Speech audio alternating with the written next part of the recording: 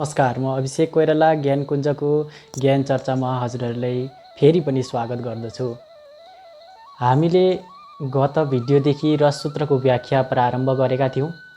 गत भिडियोमा रससूत्रको उपकरण अर्थात् रस भनेको के हो, रसका विभिन्न अर्थ, रस कसरी साहित्यमा रसको परिभाषा गरिएको छ भन्ने इत्यादि विषय हामीले पहिलो भागमा हेऱ्यौँ भने त्यहाँ चारजना व्यक्तिहरूले आफआफ्नो मतमा रसको सूत्रमा भएका रससूत्रमा भएका संयोगात र उत्पत्ति शब्दको आफ्नो आफ्नो व्याख्या गरेका छन् भनेर हामीले चर्चा गरेका थियौँ। संक्षिप्त चर्चा भएको थियो। आज त्यसकै विस्तृत चर्चा र रससूत्रको व्याख्यामा केही थप जानकारी पनि हजुरहरू समक्ष लिएर आइरहेको छु। त आउनुहोस् मसँग रससूत्रको व्याख्या, यस व्याख्याको यात्रामा अगाडि बढौँ। सबैभन्दा पहिला स्क्रिनको माथि क लेखिएको छ, त्यहाँ हेर्नुहोस्। सामान्यतया संयोगात र निष्पत्तिको अर्थ, यो विषय हो। हामीले रससूत्र भनेर कुन पढेको थियौँ भन्दाखेरि जुन माथि स्क्रिनको फर्स्टमा देखिरहेको छ, हेर्नुहोस्।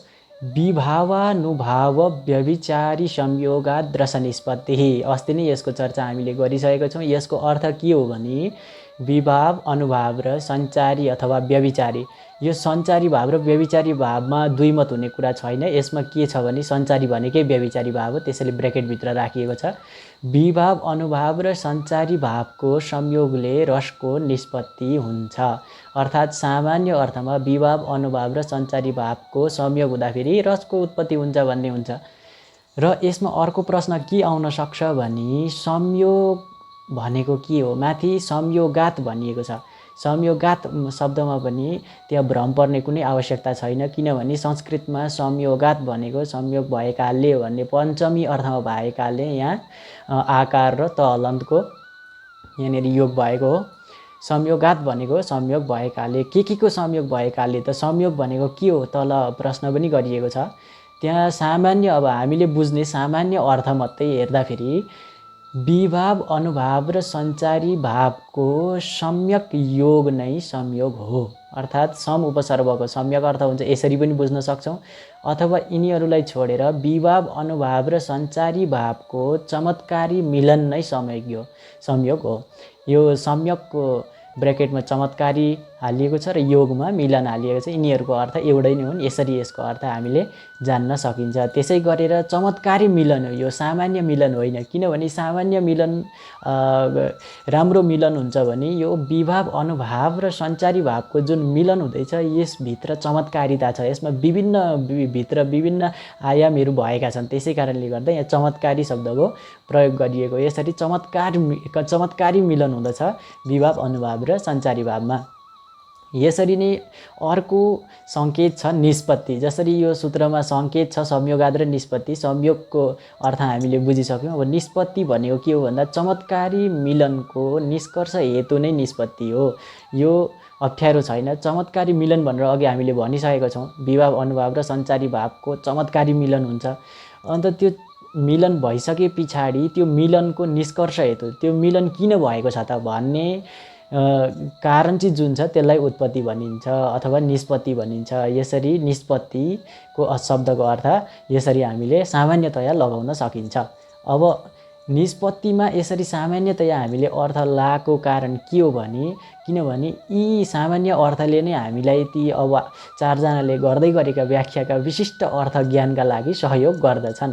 त्यसै कारणले गर्दा यो सामान्य अर्थ हजुरहरूले जान्नुभयो। अब प्रवेश गरौँ विशिष्ट व्याख्यामा।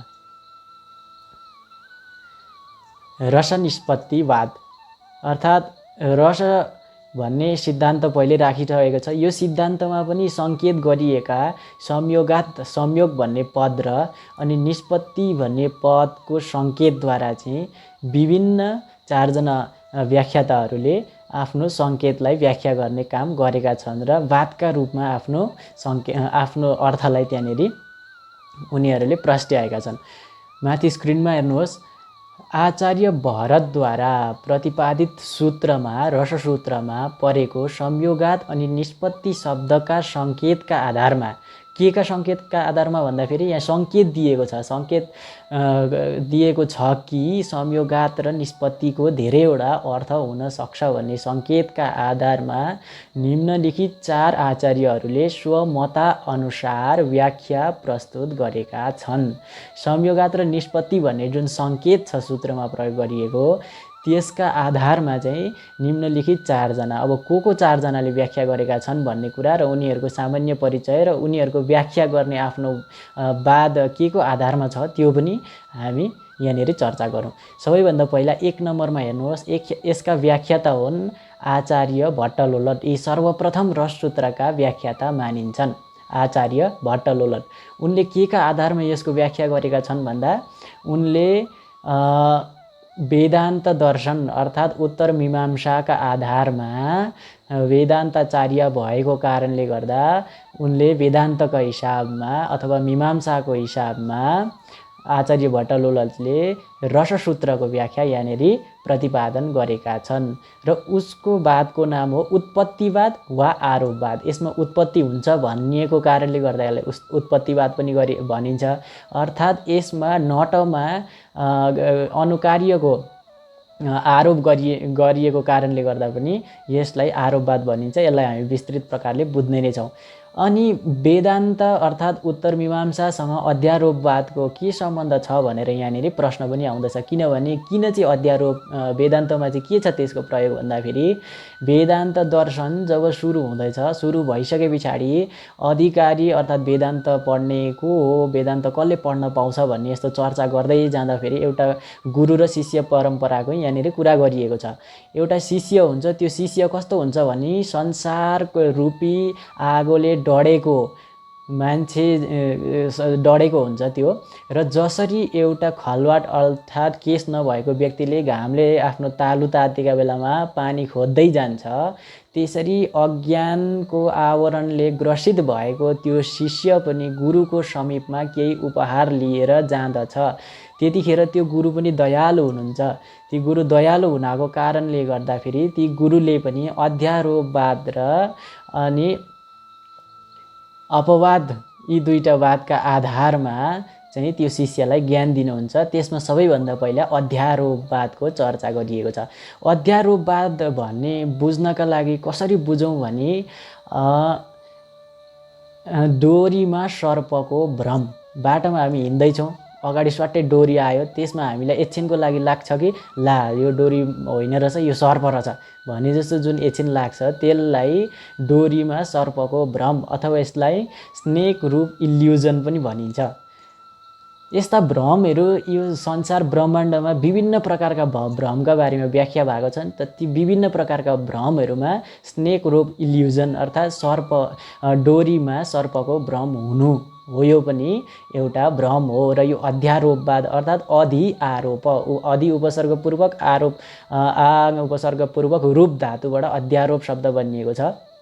यो अध्यारोपवादमा के हुन्छ भने नभएको देखिँदै गरेको कुरामा नभएको अर्थ त्यहाँनिर प्रस्फुटित हुन्छ। यसरी अर्को अर्थ सङ्केत गर्ने अर्थमा अध्यारोपवादको यहाँनिर प्रयोग गरिएको छ। र यसरी नै आचार्य भट्टलोलटले पनि रससूत्रको व्याख्या गर्ने क्रममा नटमा नै अनुकार्यको आरोप गरेको कारणले गर्दाखेरि वेदान्त दर्शनको हिसाबमा व्याख्या गरेको कारणले गर्दा यसलाई उत्पत्तिवाद वा आरोपवाद अथवा अध्यारोपवाद पनि भन्न सकिन्छ। अब दोस्रो नम्बरमा हेर्नुहोस्, आचार्य शङ्कुक। यी आचार्य न्यायाचार्य आचार्य दिङनाङका शिष्य थिए आचार्य शङ्कुक। उनले आफ्नो न्याय दर्शन अनुसार रससूत्रको व्याख्या यहाँनिर प्रस्तुत गरेका छन्। न्याय दर्शनमा एउटा ज्ञानका आधारमा उनले 4वटा ज्ञानका आधारमा उनले यसको व्याख्या प्रस्तुत गरेका छन् भने अर्को दुईटा न्याय नै यहाँ, जस्तै धूमवन्नी न्याय, चित्रतुरग न्याय भनेर न्यायका आधार अर्थात् नियमका आधारमा पनि यस रससूत्रको व्याख्या प्रस्तुत गरेका छन्। र उनको वादलाई अनुमितिवाद वा अनुमानवाद भनिन्छ, न्याय दर्शनका आधारमा चर्चा गरिएको हुनाको कारणले गर्दा। अब थर्डमा हामी हेरौँ आचार्य भट्टनायक। आचार्य भट्टनायक सांख्य मतका आचार्य थिए। सांख्य दर्शन छ हाम्रोमा।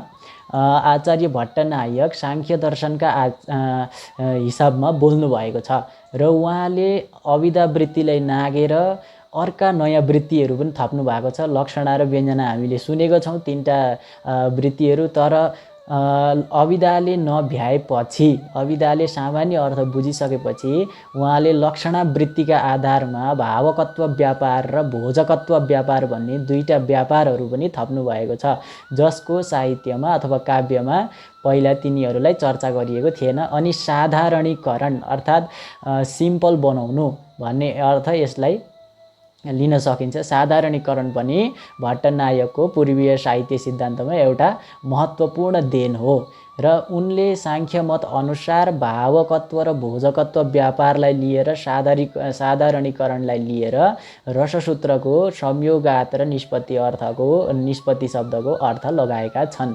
यिनीहरूको यो संक्षिप्त मात्रै परिचय दिएको हो, विस्तृत रूपमा अगाडि हामी चर्चा गर्ने नै छौँ। अनि चतुर्थमा हुनुहुन्छ आचार्य अभिनवगुप्त। अभिनवगुप्तले आचार्य भट्टनायकको मतलाई खण्डन गर्दै यी नभएका वृत्तिहरू मान्नुभन्दा आफ्नै भएको वृत्ति व्यञ्जना वृत्तिबाट हामी रससूत्रको त्यो संयोगात र निष्पत्ति शब्दको अर्थ लगाउन सक्छौँ। त्यसैले नै यसलाई व्याख्या गर्न सकिन्छ भनेर व्यञ्जना वृत्तिद्वारा रससूत्रको व्याख्या प्रस्तुत गर्नुभएको छ। कसले गरेका छन्? कसले भने आचार्य अभिनवगुप्तले। यसरी चारजना व्यक्तिहरूले आफ्नो आफ्नो मत अनुसार यस रससूत्रमा प्रयोग भएको संयोगात र निष्पत्ति शब्दको अर्थ प्रस्ट्याएर, दार्शनिक रूपमा अर्थ प्रस्ट्याएर यसरी यसको समाधान गर्ने प्रयासहरू गरेका छन्। अनि पहिला नम्बरका आचार्य भट्टलोलटले भनेको कुरा शङ्कुकले खण्डन गरेका छन्। शङ्कुकले भनेको कुरा भट्टनायक, भट्टनायकले भनेको कुरा अभिनवगुप्तले। यसरी तर्क वितर्कका रूपमा प्राचीन पद्धतिमा यस रससूत्रको व्याख्या यहाँनिर चारजना मुनिहरूद्वारा, आचार्यहरूद्वारा प्रस्तुत गरिएको छ। अब हेरौँ अगाडि। आचार्य सबैभन्दा पहिला व्याख्याता को हुन् भन्दा आचार्य भट्टलोलट। आचार्य भट्टलोलटले सबैभन्दा पहिलो व्याख्या यहाँ यसरी प्रस्तुत गरेका छन्। हेर्नुहोस् स्क्रिनमा, 9औं शताब्दी पूर्वार्धका। यिनको समय कहिले हो भनेर प्रश्न आयो भने 9औं शताब्दीको पूर्वार्धका मीमांसाचार्य भट्टलोलटले संयोगात शब्दको अर्थ कार्यकारण अनि निष्पत्ति शब्दको अर्थ चाहिँ उत्पत्ति भन्ने गरेका छन्। अर्थात् संयोगात भनेको चाहिँ संयोग भन्नाले को बुझिन्छ भन्दा विभाव, अनुभाव र सञ्चारी भावको योगले भन्ने अर्थ बुझिँदैछ संयोगात भन्नाले। यी संयोग भनिसक्दा हामीले बिर्सिनु हुँदैन कि कसको संयोग हुँदैछ भन्दा विभाव, अनुभाव र सञ्चारी भावको संयोग हुँदैछ। यसरी यिनीहरूको संयोग चाहिँ के हो भन्दा कार्यकारण हो। अनि निष्पत्तिको अर्थ चाहिँ उत्पत्ति हो। जसरी उत्पत्तिको लागि कार्यकारण सम्बन्ध चाहिँदैछ, त्यसरी रस चाहिँ उत्पत्ति हो भने यिनीहरूको सम्बन्ध अर्थात् संयोग, विभाव, अनुभाव, सञ्चारीसँग चाहिँ कार्यकारण सम्बन्ध छ भनेर यसरी उनले प्रस्तुत गरेका छन्। र चर्चाको विषय हाम्रो के हो? रसको उत्पत्तिको विषयमा हामी चर्चा गर्दैछौँ। अब यिनले त्यो जुन कार्यकारण भनियो, कार्यकारण भनेको के हो भने जस्तै केही उत्पत्ति हुनको लागि केही न केही चाहिन्छ। कार्यकारण उत्पत्ति यसरी हामी जान्न सकिन्छ। जसरी एउटा कपडा निर्माण गर्नु पर्यो भने त्यसको लागि धागो कारण बन्दछ। धागो बेसी समूहहरू भएर एउटा कपडा बनिन्छ। घडा बनिनको लागि माटो चाहिन्छ, अरू घडा बनाउनेवाला चाहिन्छ। यसरी कार्य हुनको लागि कारण चाहिन्छ, केही पनि हुनको लागि केही चाहिन्छ, जसलाई हामी कज एन्ड इफेक्ट भन्ने गर्दछौँ। र कार्यकारण सम्बन्धको अझै विस्तृत चर्चा गर्दै आचार्य भट्टलोलटले के पनि मत प्रतिपादन गर्नुभयो भने तल हेर्नुहोस्, विभाव, अनुभाव र सञ्चारी भाव 1, 2, 3। विभाव को उत्पाद्य उत्पादक भाव सम्बन्ध छ। अनि अनुभावको गम्य गमक सम्बन्ध छ। अनि सञ्चारी भावको पोष्य पोषक सम्बन्ध। यसरी कार्यकारण सम्बन्धभित्र पनि विभावले उत्पाद्य उत्पादक गर्ने गर्दछ, विभावले उत्पादन गर्ने कार्य गर्दछ, अनि त्यो विभाव उत्पाद्य हुँदछ। अनि अनुभावले गमक गर्ने काम गर्दछ अनि त्यो गम्य हुन्छ, अर्थात् त्यसलाई सञ्चारी भावमा पठाउन योग्य हुन्छ। र सञ्चारी भावले के गर्दछ, पोषक गर्दछ, अर्थात् पोषण गर्दछ। पोषण गरिसकेपछि त्यो विभाव अनुभाव र सञ्चारी भाव तिनटै मिलेर पोषित भइसकेपछि त्यो जुन उत्पत्ति हुन्छ स्थायी भाव, त्यो के हुन्छ, त्यो पोष्य हुन्छ। त्यसै कारणले गर्दा यहाँनिर उत्पाद्य उत्पादक सम्बन्ध, गम्य गमक सम्बन्ध र पोष्य पोषक सम्बन्ध भनेर उनले यसरी कार्यकारणभित्रको पनि अझै विस्तृत चर्चा गरेका छन्। अब मुनि हेर्नुहोस् नोटको रूपमा यो कहाँनिर उनले यसरी संस्कृतमा पनि भनेका छन्। काव्य प्रकाश भन्ने ग्रन्थमा मम्मटले उनको यसरी उदाहरण प्रस्तुत गरेका छन्। यी चार मुनिहरूको आफ्नो ग्रन्थभित्र यसरी पाइँदैन। यिनीलाई अभिनव गुप्तले चारैजनाको मिलाएर आफ्नो ग्रन्थमा प्रस्तुत गरेका छन् र काव्य प्रकाशमा पनि माथि भट्टलोलटको यसरी प्रस्तुत भएको छ। र यसको संस्कृतमा केही अर्थ हेरौँ, उसले के भन्न खोज्दैछन्, कार्यकारण सम्बन्ध र निष्पत्तिको अर्थ उत्पत्ति गरेर के भन्न खोजेका हुन् भन्ने कुरा यसले बुझाउँदछ। संस्कृतमा छ, त्यति अप्ठ्यारो छैन। म यसको सरल अर्थ पनि हजुरहरूलाई भन्ने नै छु। मुख्यया वृत्त्या रामादावनुकार्ये तद्रूपतानुसन्धानात् नर्तकेपि प्रतीयमानो रसः। अब यहाँ हामी रस कसरी उत्पन्न हुन्छ नाटक हेर्दा अथवा काव्य पढ्दा भनेर त्यसकै विषयमा हामी चर्चा गर्दैछौँ। अब काव्य पढ्दा भन्दा पनि नाटक हेर्दा भन्दा हामी छिटो बुझ्छौँ र नाटकको सन्दर्भमा हामी यसको उत्पत्ति हेरौँ। जसरी एउटा अगाडि स्टेज छ, अस्तिदेखि नै हामीले राम सीताको उदाहरणलाई यहाँ उदाहरणका रूपमा मानिरहेका छौँ। एउटा स्टेज छ, त्यहाँनिर राम र सीता जस्तै लुगा लगाएका व्यक्तिहरू आएर त्यहाँनिर उनीहरूको अभिनय गर्दछन्। त त्यो हेर्ने प्रेक्षकले अथवा दर्शकले कसरी उनीहरूबाट चाहिँ आनन्द प्राप्त गर्दछ, दर्शक र अनि त्यहाँबाट नटहरूमा अथवा ती अभिनयकर्ताहरूमा कुन खालको सम्बन्ध भएर रस दर्शकलाई अनुभूति हुन्छ भन्ने कुरा गरिएको हो। वास्तवमा भट्टलोलटले गरेको व्याख्यामा रसको सम्बन्ध चाहिँ मुख्य रस भएको व्यक्ति र अनि अभिनय गर्नेवाला व्यक्तिसँग मात्रै सम्बन्धित छ। जस्तै राम र सीतालाई हामीले उदाहरणका रूपमा हेऱ्यौँ भने यदि मञ्चमा राम सीता लगाएका व्यक्तिहरू छन्, हामी नाटक हेर्दैछौँ भने त्यो खास रस चाहिँ केमा छ भनेर मान्छन् भने मुख्य अनुकार्यमा। अनुकार्य भनेको जसको अभिनय गरिँदैछ उनलाई अनुकार्य भनिन्छ। अनुकार्य अर्थात् अनुकरण गर्न योग्य जो छ, अर्थात् राम र सीता जो छन्, मूल रस चाहिँ राममै विद्यमान छ भन्ने आचार्य भट्टलोलटको मत रहेको छ। यसरी मूल रस राममा विद्यमान भएपछि कसरी चाहिँ दर्शकले त्यो रामको नाटक हेरेर चाहिँ रसानन्द प्राप्त गर्दछ भन्ने कुरामा उनी बोल्छन् यसरी। जस्तै रामादौ अनुकार्ये मुख्यया वृत्त्या, खास रस चाहिँ कहाँ हुन्छ भने राम आदि गरिएका अनुकार्य अर्थात् अनुकरण योग्य व्यक्ति जो छन्, जसको नाटक हुँदैछ, उनीहरूमै मुख्य रूपमा रस विद्यमान रहन्छ। तर तद्रूपता अनुसन्धानात्, उनीहरू जस्तै रूप र उनीहरू जस्तै हावभाव चालन हुने भएका कारणले नर्तकेपि, त्यो नाटक देखाउनेमा पनि प्रतीयमान हो रस, उनलाई पनि रसको प्रतीति चाहिँ हुन्छ। नाटक देखाउनेवाला नट लाई त्यो मूल राममा भएको रस चाहिँ प्रतीति मात्र हुँदछ। त्यो प्रतीतिलाई देखेर चाहिँ यता भ्रमका आधारमा दर्शकहरू रसको अनुभव गर्दछन् भन्ने अर्थ उनको रहेको छ।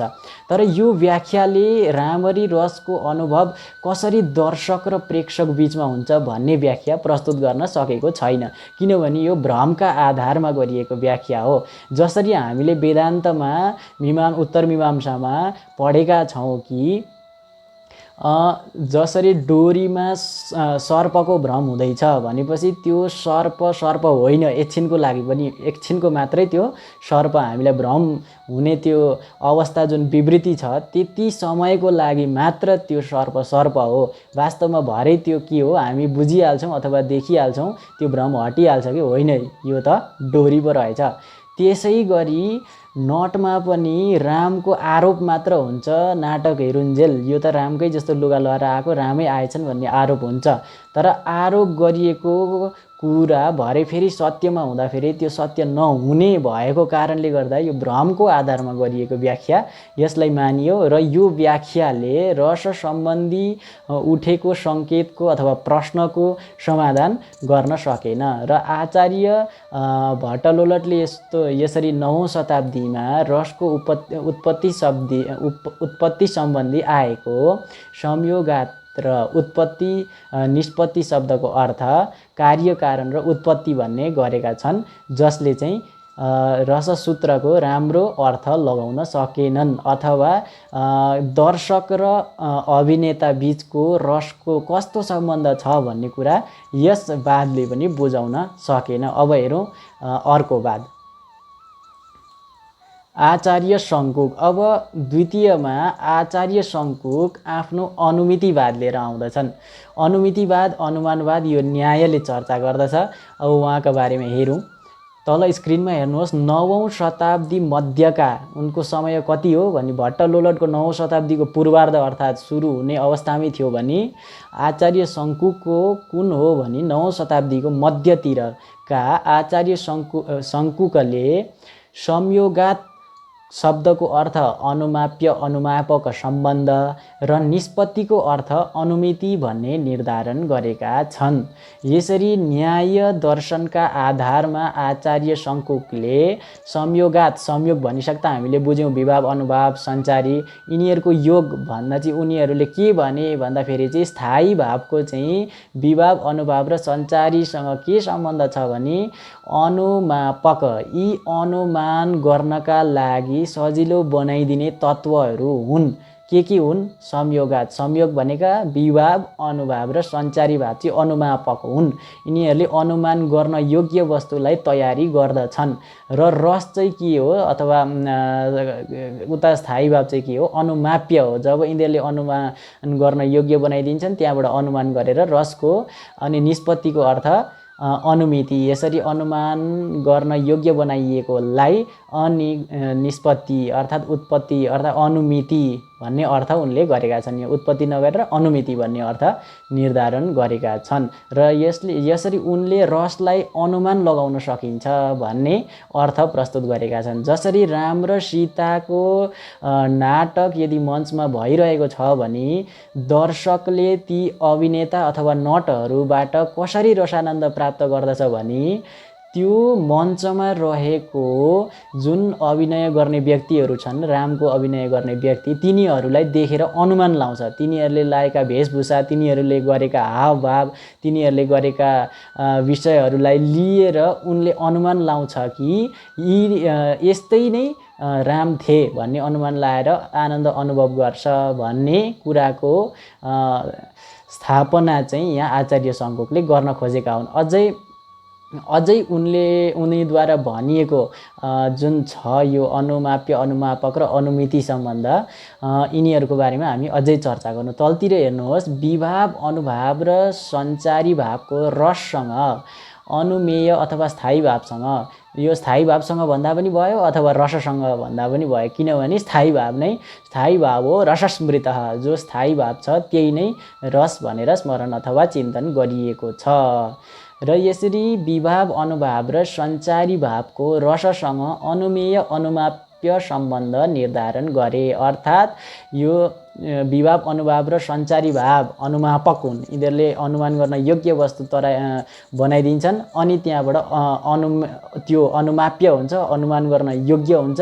अनि निष्पत्ति भनेको अनुमान लाउनु हो, निष्पत्ति भनेको अनुमिति, अर्थात् त्यति अनुमान गर्न योग्य वस्तु बनिसकेपछि अनि त्यो वस्तु चाहिँ स्टेजमा बनिन्छ, मञ्चमा बनिन्छ, अनुमान गर्न योग्य हुने वस्तु, अनि त्यहाँबाट दर्शकले चाहिँ त्यसको अनुमान लाउँदछन् र राम सीता त्रेतायुगका यिनी जस्तै थिए भन्ने आधारमा उनीहरूले आनन्द अनुभव गर्दछन् भन्ने छ। यसमा पनि विभिन्न न्यायहरूको प्रयोग गरेका छन्।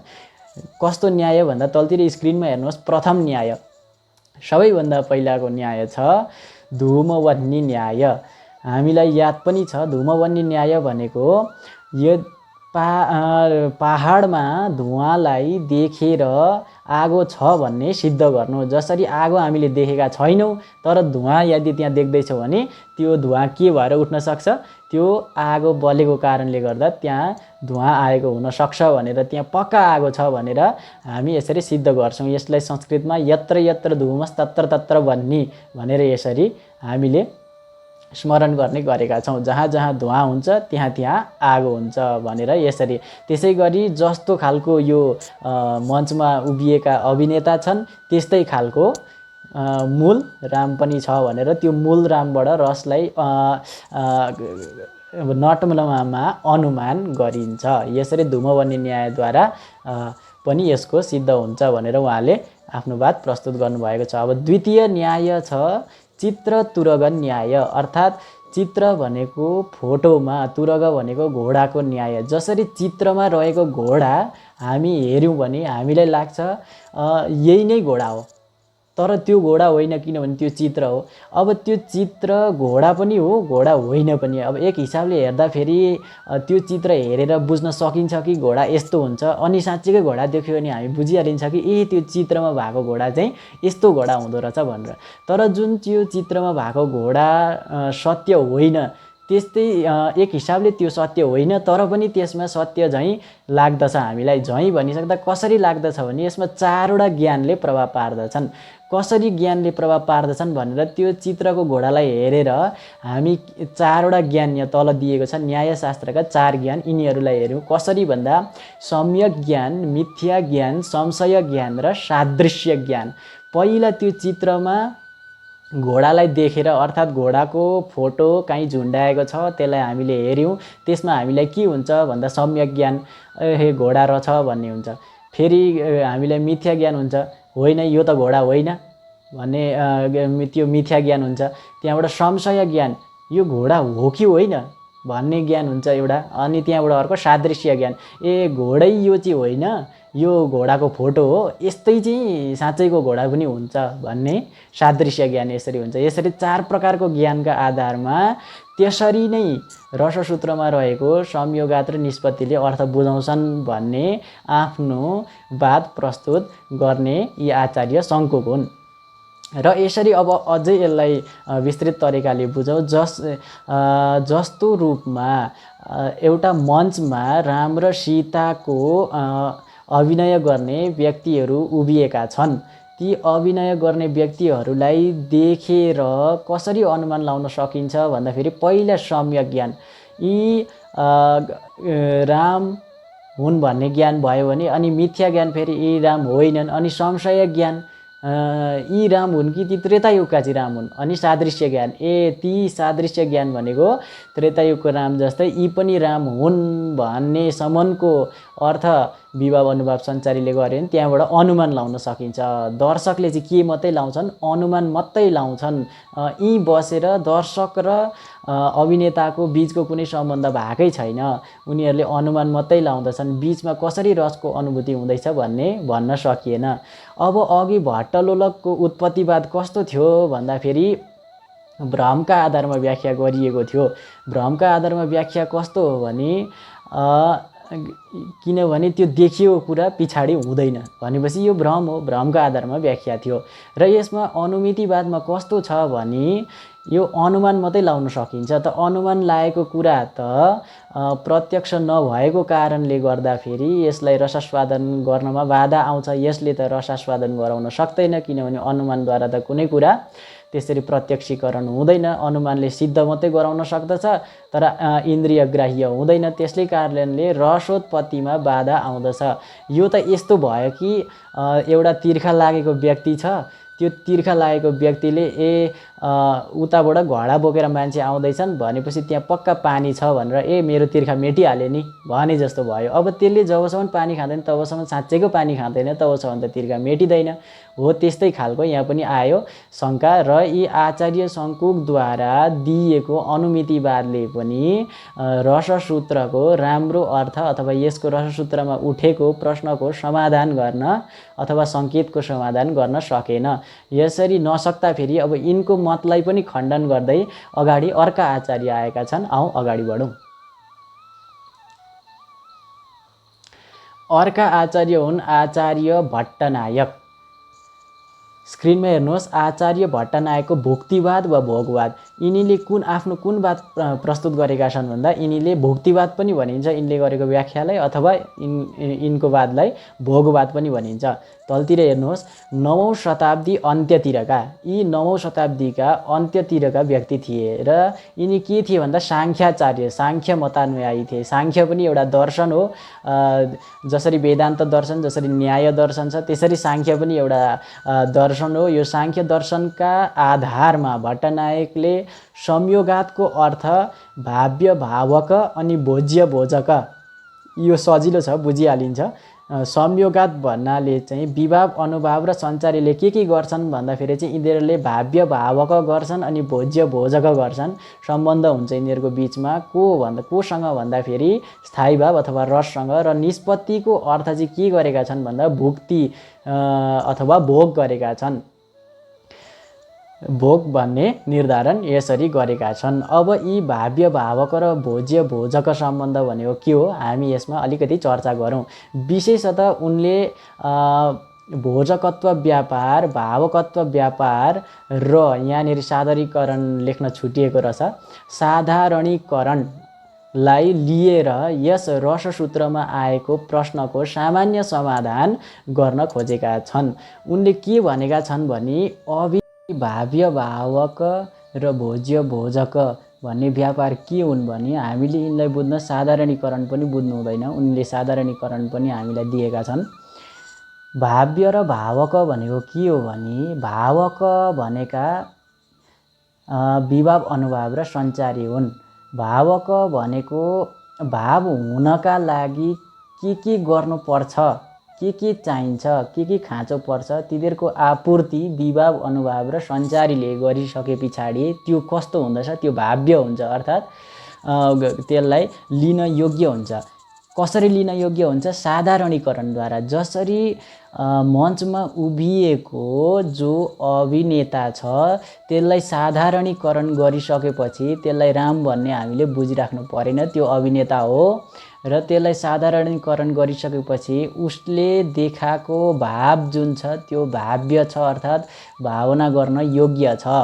त्यसरी नै अर्को भोज्य र भोजक। भोजक भनेका यी विभाव अनुभाव र सञ्चारी हुन्। जस्तै भोजन बनाउनको लागि के खाँचो पर्दछ त्यसको आपूर्ति गर्ने चाहिँ विभाव अनुभाव सञ्चारी हुन् भने उनीहरूले के गर्छन् भन्दा त्यो भोजन बनाएर त्यसलाई कस्तो बनाउँछन्, भोज्य, अर्थात् त्यो रस चाहिँ कस्तो हुन्छ, उनीहरूले बनाइसकेको चाहिँ कस्तो हुन्छ भने भोज्य, अर्थात् लिन योग्य हुन्छ।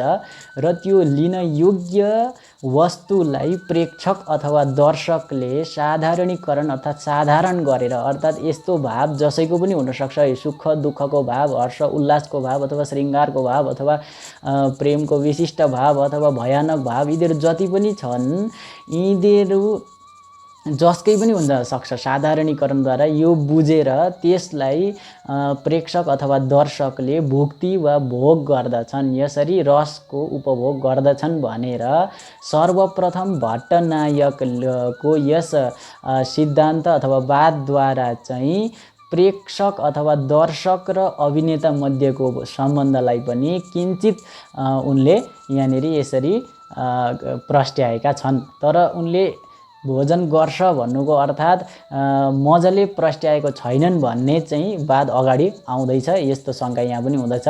उनले किन साङ्ख्य दर्शनको आधारमा कसरी गरे भन्दा तल स्क्रिनमा हेर्नुहोस्, साङ्ख्य दर्शनमा पुरुषले, हेर्नुहोस् है, साङ्ख्य दर्शनमा प्रकृति र पुरुषको कुरा आउँदछन्। जसरी पुरुष के हुन्छ, भिन्न हुन्छ, प्रकृति के हुन्छ, अरू सृष्टिमा संलग्न हुन्छ।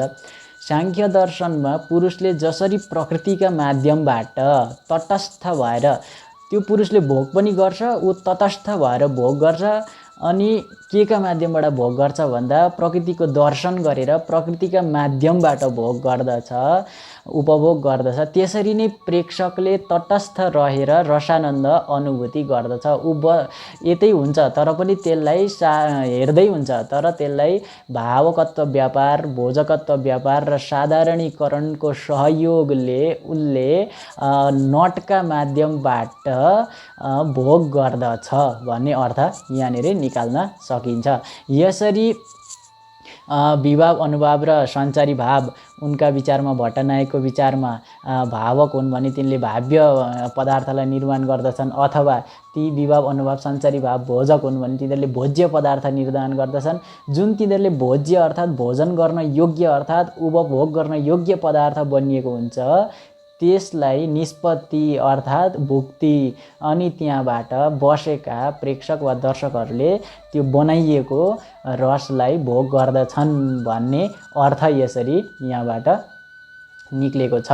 त जसरी सांख्य दर्शनमा पुरुषले भोग गर्दछ प्रकृतिका माध्यमबाट तटस्थ रहेर, ऊ प्रकृतिलाई स्पर्श पनि गर्छ तर दर्शन मात्र गर्दछ। यसरी नै दर्शनको माध्यमबाट हेराइको माध्यमबाट त्यहाँ रहेको नट आदिमा साधारणीकरण गरेर तिनीहरूले बनाएको भोज्य वस्तुलाई दर्शकले ओडबाट ती भोज्य वस्तु अर्थात् खान योग्य वस्तुहरूलाई अर्थात् हेर्न योग्य वा रस आस्वादन गर्न योग्य वस्तुहरूलाई आस्वादन गर्दछ। यही नै आचार्य भट्टनायकको भुक्तिवाद र भोगवादले भनेको सामान्य व्याख्या हो। आउनुहोस् अब अगाडि हेरौँ। आचार्य अभिनव गुप्ता, यहाँनिर गुप्ताको मात्रै लेखिएको छ, गुप्ता भन्नाले अभिनव गुप्ता। आचार्य अभिनव गुप्ताको अभिव्यञ्जनावाद, उनले अभिव्यञ्जनावाद बाट अर्थात् व्यञ्जना वृत्तिबाट रसको यसरी उपभोग गरिन्छ भनेर यसको समाधान गरेका कारणले गर्दा, अभिव्यक्तिबाट समाधान गरेका कारणले गर्दा उनको सिद्धान्तलाई अथवा वादलाई अभिव्यक्तिवाद अथवा अभिव्यञ्जनावाद पनि भनिन्छ। तल हेर्नुहोस् स्क्रिनमा। 10औं शताब्दीका, यी कहिलेका भन्दाखेरि 10औं शताब्दीका थिए। 10औं शताब्दीका अभिनव गुप्तले संयोगातको अर्थ व्यङ्ग्य व्यञ्जक सम्बन्ध, संयोगातको अर्थ व्यञ्ज व्यञ्जक सम्बन्ध तथा निष्पत्तिको अर्थ अभिव्यक्ति वा अभिव्यञ्जना हो भनेका छन्। र उनले व्यञ्जक मानेका छन् केलाई?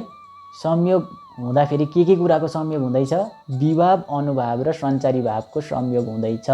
यो संयोगको अर्थ चाहिँ उनले के गरेका छन् भन्दा यी चाहिँ व्यञ्जक हुन्, अर्थात् यिनीहरूले व्यञ्जित गर्दछन्। कुनै पनि कुरालाई यो हो भनेर व्यञ्जित गर्नु अर्थात् व्यञ्जना वृत्तिको सहायताले रामको जसरी अभिनेताले रामको चरित्रलाई मञ्चबाट व्यञ्जित गर्दछ र त्यो व्यङ्ग्यका रूपमा दर्शकहरूको सामु उपस्थित हुँदछ र त्यो व्यङ्ग्यका रूपमा उपस्थित भएका कुरालाई अभिव्यञ्जित कुरालाई निष्पत्तिको अर्थ अभिव्यक्ति र यसरी त्यो व्यङ्ग्यलाई अभिव्यक्तिपूर्वक उनीहरूले रसास्वादन गर्दछन् भनेर यसरी अभिव्यक्तिवाद अथवा अभिव्यञ्जनावादले रसको यस रसमा आएको प्रश्नलाई वा सङ्केतलाई समाधान गरेका छन्। अभिव्यक्तिद्वारा त्यो रसलाई अभिव्यक्त गरेको हुन्छ, त्यो रसलाई आस्वादन गरेर चाहिँ अनि रसास्वादन हुँदछ भनेर यिनले पूर्व आचार्यको मतको खण्डन गरेका छन्। किनभने पूर्व आचार्य को थिए भन्दाखेरि भट्टनायक। उनले के कुरा गरे भन्दा साधारणीकरणको कुरा गरे, अनि त्यहाँबाट भावकत्व र भोजकत्व दुईटा अर्कै व्यापार ल्याए। जस्तै साहित्यले पनि मानेको व्यापार, काव्यले मानेको व्यापार अभिधा लक्षणा र व्यञ्जना हुन्छ भने यिनमा चाहिँ दुईटा व्यापार थपिए। अब यी व्यापारको आवश्यकता पर्दैन किनभने व्यञ्जक हुँदा साधारणीकरण त्यसै भएरै आउँछ। जसै व्यञ्जना दिइसकेपछि त्यो साधारण भएर आउँछ र त्यो व्यङ्ग्य रूपमा प्रस्तुत भइसके पछाडि अनि त्यहाँबाट रसास्वादन वा अभिव्यक्ति यसरी हुँदछ भन्ने अर्थ निकालेर उनले यसलाई अभिव्यञ्जनावाद अथवा अभिव्यक्तिवादका माध्यमद्वारा रसको अभिव्यञ्जना हुँदछ, रसको यसरी अभिव्यञ्जना हुँदछ भनेर अभिव्यक्तिवादका माध्यमबाट रस सूत्रको यस सङ्केतलाई समाधान गरेका छन्। तलतिर हेर्नुहोस्, यिनले स्थायी भावलाई नै रस भनेका छन्। स्थायी भाव हो रसस्मृतः भनेर यिनले स्थायी भावलाई रस भनेका छन् र यिनलाई सबैभन्दा महत्त्वपूर्ण रस व्याख्याता मानिन्छ। यिनको सम्बन्ध कस्तो भयो भने भट्टलोलटको सम्बन्ध थियो। रस चाहिँ कोमा रहन्छ भन्दाखेरि रस चाहिँ मुख्यतः राममा रहन्छ। त्यो राममा रहेको रसलाई चाहिँ रामको अभिनय गर्ने व्यक्तिमा प्रतीति हुन्छ भन्ने अर्थ थियो। त्यसको दर्शकसँग सम्बन्धै आएन। अनुमितिवादले पनि त्यो अभिनेतालाई हेरेर रसको अनुमान लाउन सकिन्छ भनेर प्रत्यक्षीकरण उसँग भएन। त्यस पछाडि आए भोक्तिवाद वा भोगवाद। यसले किञ्चित मात्रामा प्रेक्षकसँग पनि त्यसको सम्बन्ध छ भनेर बताउन सफल भएको छ, किनभने साधारणीकरण गरेको छ। साधारणीकरण गरेर भावकत्व र भोजकत्व व्यापार यसरी खास रामलाई साधारणीकरण गरिसकेपछि मञ्चमा अभिनेता अभिनेत्रीहरू छन् भन्ने उनले जान्दछ र ती अभिनेता अभिनेत्रीहरूले बनाएको भोज्य वस्तुको अर्थात् त्यो रसको भोग उनीहरूले गर्दछन् भनेर यसरी भनेका थिए। तर त्यसलाई पनि नमानेर खण्डन गर्दै 10औं शताब्दीका अभिनव गुप्तले चाहिँ संयोगात, यिनीहरूको विभाव अनुभाव र सञ्चारी भावको रससँग चाहिँ व्यञ्जक शब्द सम्बन्ध हुन्छ।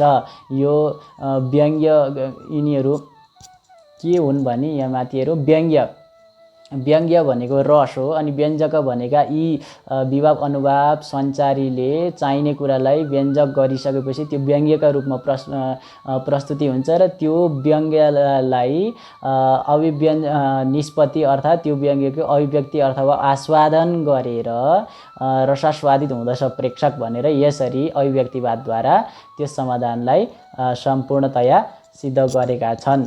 र सबैभन्दा तल हेर्नुहोस् स्क्रिनको, मनोविज्ञानका आधारमा जसरी मनका अनेक स्वरूप वर्णित छन्, मनका अनेक स्वरूपहरू देखिएका छन् इन्स्टिक्टहरूका माध्यमबाट, भावहरूका माध्यमबाट विभिन्न मनोवैज्ञानिकले यसरी मनका विभिन्न पाटाहरूको अध्ययन गरेका छन्। त्यसै गरी यो स्थायी भाव, वासना वा अन्तसंस्कारका रूपमा जसरी ती मनका अनेक पाटाहरू हुन्छन् त्यसरी त्यही भित्र नै स्थायी भाव पनि वासना वा अन्तसंस्कारका रूपमा चाहिँ प्रत्येक प्रेक्षकका मात्रै भएछ, क अझै थप्नुपर्छ, प्रत्येक प्रेक्षक अथवा हेर्नेवालाका चित्तमा रहिरहेको हुन्छ। यी स्थायी भाव जति पनि अस्ति हामीले 9 प्रकारका स्थायी भावको बारेमा कुरा गऱ्यौँ, ती स्थायी भावहरू प्रत्येकको चित्तमा चाहिँ रहिरहेकै हुन्छ। यो जन्मजात हो, यो अन्त संस्कारै हो, यो रहिरहेको हुन्छ। यसैबाट रसानन्द प्राप्त हुन्छ। अभिव्यञ्जित भइसकेपछि त्यो भित्रको भाव अभिव्यञ्जना हुन्छ, त्यो अभिव्यञ्जित हुन्छ, निक्लिन्छ र चाहिँ अनि त्यहाँबाट हामीले रसानन्द प्राप्त गर्न सकिन्छ। जुन भित्र मनमै रहेको अन्त संस्कार थियो त्यो बिउजिन्छ, त्यो बिउजेपछि अनि रसानन्द प्राप्त हुन्छ भनेर यसरी रस सूत्रको व्याख्यालाई अन्तिम आचार्य अभिनव गुप्तले समाधान दिएका छन्। र उत्तरवर्ती आचार्यहरूले पनि यिनकै मतलाई मानेर व्यञ्जनावृत्तिकै आधारमा रसको उत्पत्ति अथवा अभिव्यञ्जना हुन्छ भन्ने आधारलाई नै मानेर अरूले पनि व्याख्या गरेका छन्। अब हामीहरू निष्कर्ष हामीले सबै बुझि नै सकेका छौँ। हामीले आज के पढ्यौँ भन्दाखेरि सामान्यतया संयोगात र निष्पत्तिको सामान्य अर्थ पढ्यौँ।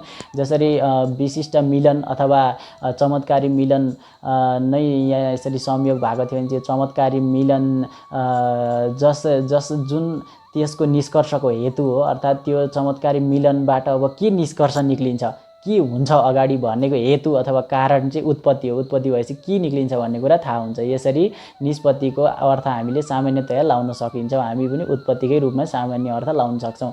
तर उत्पत्तिवादका रूपमा अथवा आरोप अथवा अध्यारोपवादका रूपमा भट्टलोलट बोल्नुभयो। उहाँको कुरा पनि रससूत्रको समाधान नगरेकाले अनुमितिवाद आयो। अनुमितिवादले पनि रससूत्रको त्यो सङ्केतको समाधान नगर्दा भोगवाद आयो। भोगवादले साधारणीकरण इत्यादि भनेर किञ्चित रूपमा समाधान गरे तापनि अभिनेता र प्रेक्षकमाको जुन सम्बन्ध छ त्यसलाई प्रष्ट पार्न नसकेको हुँदा अभिव्यञ्जनावादले व्यञ्जनावृत्तिद्वारा यो अभिव्यञ्जित हुँदछ। रस अभिव्यञ्जित भइसकेपछि त्यसलाई प्रेक्षकले आफ्नो माध्यमबाट रसास्वादन गर्दछन्, त्यसको रसको आस्वादन गर्दछन् भनेर यसरी रसको अन्तिममा गएर रस सूत्रको जुन सङ्केत थियो त्यसको समाधान भएको छ। र यसरी रससूत्रको व्याख्या लिएर आउने क्रममा सामान्य रूपमा यो विशेष रूपमा नभएर सामान्य रूपमा हामीले बुझ्नुपर्दा यति नै कुराहरू बुझ्न सकिन्छ। यसलाई अझै विशेष दार्शनिक हिसाबले अझै गहिरो अध्ययन गरेर अझै गहिरो कुराहरूलाई बुझेर यसको समाधान पनि गर्न सकिन्छ। यी समाधान दिएकै विषयहरूमा अझै चर्चा पनि गर्न सकिन्छ र मैले अध्ययनपूर्वक सके जति र संक्षेपीकरण गरेर बुझाउन सके जति हजुरहरूलाई बुझाएँ र अवश्य पनि अगाडि पनि यस्ता भिडियोहरू म लिएर आउने नै छु। ज्ञानकुञ्जको लक्ष्य नै हो ज्ञानको चर्चा र यस चर्चामा यदि केही हजुरहरूलाई प्रश्न अथवा केही सुझावहरू दिन चाहनुहुन्छ अथवा भनिएका कुराहरूमा केही नपुग अथवा ती कुराहरूलाई सुधार्नुपर्ने विषयमा पनि मलाई अवश्य नै सुझाव दिनुहुन्छ भन्दै म आज हजुरहरूको अगाडिबाट बिदा लिन चाहन्छु। धन्यवाद।